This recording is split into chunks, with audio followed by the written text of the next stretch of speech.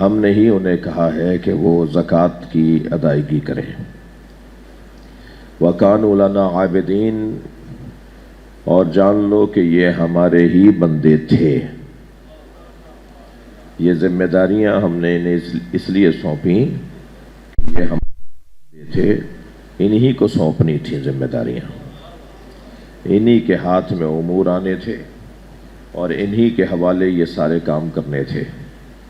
سب سے پہلا کام تو یہ کہ ہم نے انہیں امام بنایا ہے، ہم نے امام بنایا ہے۔ اللہ جو کام ہم کہہ کے کیا کرتا ہے نا، پھر وہ کام چیلنج اور تحدی کا کام ہوتا ہے، اس میں اللہ کی طرف سے چیلنج ہوتا ہے کہ کسی کی مجال ہے کہ پھر انہیں امام نہ مانے، کسی کی مجال ہے کہ پھر ان کی امامت سے روگردانی کرے۔ ہم نے بنایا انہیں۔ یہ آپ خاندانی لوگوں سے بات کر رہا ہوں، خاندانی لوگوں میں اگر کوئی بزرگ کہتے ہیں نا یہ کام ہم نے کیا ہے، تو جتنے بھی خاندان کے لوگ ہوتے ہیں وہ سب خاموش ہو جاتے ہیں، اس لیے کہ ہمارا بڑا کہہ رہا ہے یہ کام ہم نے کیا ہے۔ اللہ اسی لہب و لہجے میں بات کر رہا ہے، یہ کام ہم نے کیا ہے۔ امام بنانا ہمارا کام ہے، تمہارا کام ماننا ہے، بنانا نہیں ہے۔ صلوات پڑھے ذرا محمد و آل محمد۔ اللہم صل علی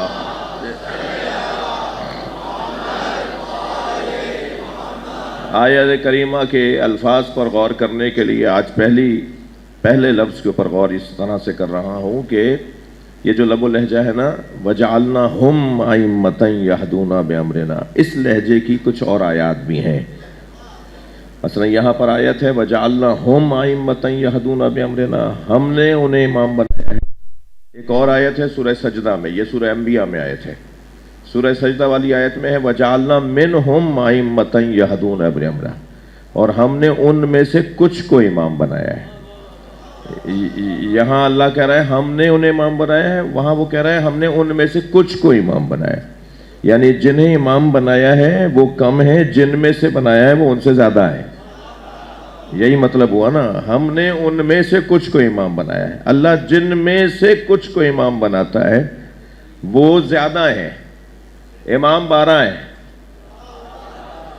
امام 12 ہیں، مگر 12 اس نے چنے ہیں 12 سے زیادہ سے، یعنی معیاری لوگ امام ہونے کے قابل لوگ اس سے زیادہ تھے، مگر ہم نے طے کیا ہے کہ ہمیں تو 12 ہی رکھ رہے ہیں۔ صلوات پڑھیں ذرا محمد و آل اللہم صل علی۔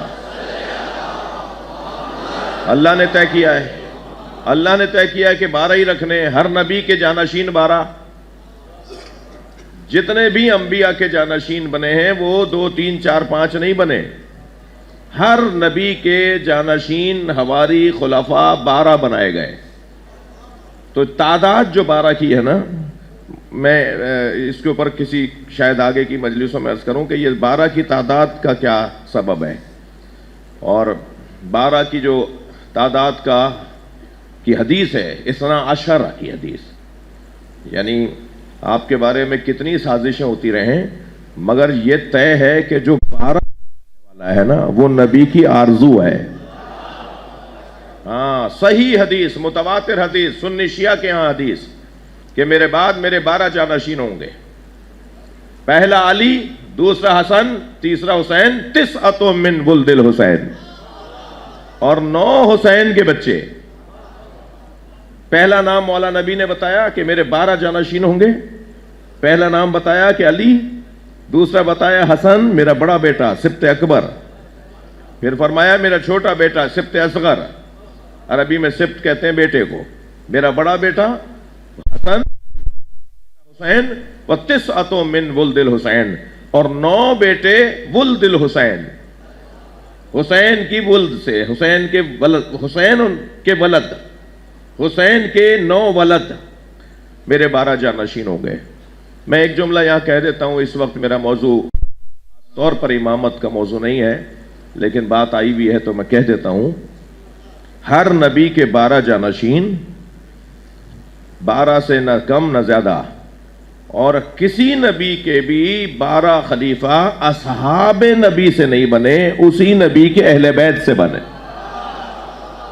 کہیں نہیں ہوا ایسا۔